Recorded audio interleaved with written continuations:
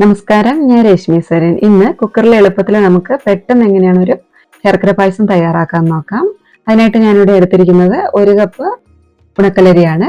1 cup എന്ന് പറയുമ്പോൾ 200 gram അരിയാണ് എടുത്തിട്ടുള്ളത്. ഉണക്കലരി നന്നായിട്ട് കഴുകി വൃത്തിയാക്കി കുക്കറിലേക്ക് ഇട്ടിട്ടൊന്ന് വേവിച്ചെടുക്കാം. 1 കപ്പ് അരിക്ക് 3.5 കപ്പ് വെള്ളം ഒഴിച്ചിട്ടുണ്ട്. ഇനി ഇത് അടച്ചു വെച്ചിട്ട് മീഡിയം ഫ്ലെയിമിൽ ഒരു 3 വിസിൽ വരുത്തുക. അപ്പോഴേക്ക് അരി നന്നായിട്ട് വെന്ത് കിട്ടും. അരി വെന്ത് വരുമ്പോഴേക്കും നമുക്ക് പായസത്തിന് ആവശ്യമായിട്ടുള്ള ശർക്കര ഒന്ന് ഒരുക്കിയെടുക്കാം. 1 കപ്പ് അരിക്ക് ഞാനിവിടെ 300 ഗ്രാം ശർക്കരയാണ് എടുത്തിരിക്കുന്നത്. ശർക്കര ഒന്ന് പൊടിച്ചിട്ടുണ്ട്. ഇനി ഇതിലേക്ക് 1 കപ്പ് വെള്ളം ഒഴിച്ചിട്ട് ഇതൊന്ന് ഉരുക്കിയെടുക്കാം. ശർക്കര എല്ലാം ഒന്ന് അലിഞ്ഞു വന്നിട്ടുണ്ട്. ഇനി നമുക്കിത് അങ്ങോട്ട് മാറ്റി വെക്കാം. കുക്കറിന്റെ പ്രഷർ മുഴുവൻ പോകുമ്പോൾ നമുക്ക് അരി ഒന്ന് വെന്തിട്ടുണ്ടോ എന്ന് നോക്കാം. നന്നായിട്ട് വെന്ത് വന്നിട്ടുണ്ട്.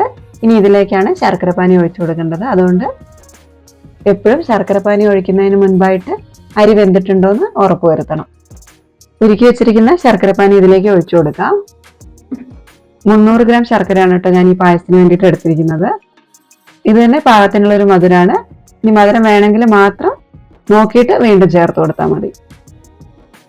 ശർക്കരപ്പാനിയിലിട്ടിട്ട് ചോറ് കുറച്ചു നേരം നന്നായിട്ടൊന്ന് വരട്ടിയെടുക്കുക.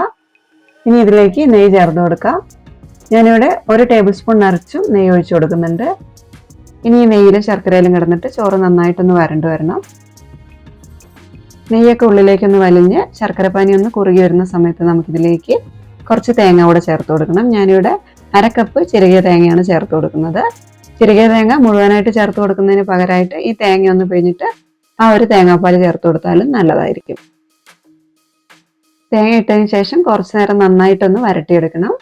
തേങ്ങ ശർക്കരയിൽ കിടന്നിട്ട് നന്നായിട്ട് വെന്ത് വരണ്ടു വരുന്ന സമയത്ത് പായസത്തിന് നല്ലൊരു രുചിയായിരിക്കും.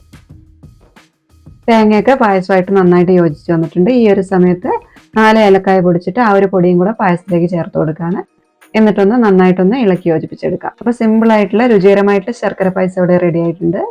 എല്ലാവരും ഒന്ന് ട്രൈ ചെയ്ത് നോക്കണം. എന്നിട്ട് നിങ്ങൾക്ക് ഇഷ്ടമാണെങ്കിൽ നിങ്ങളുടെ അഭിപ്രായം ഒന്ന് കമൻ്റായിട്ട് അറിയിക്കണേ. അതേപോലെ തന്നെ വീഡിയോ ഒന്ന് ലൈക്കും ഷെയറും കൂടെ ചെയ്യണം. കൂടെ തന്നെ നമ്മുടെ ചാനലൊന്ന് സബ്സ്ക്രൈബ് ചെയ്തിട്ട് സപ്പോർട്ടും കൂടെ ചെയ്യണം. അപ്പോൾ ഇതേപോലെയുള്ള നല്ല നല്ല റെസിപ്പീസുമായിട്ട് വീണ്ടും കാണുന്നത് വരെ നന്ദി.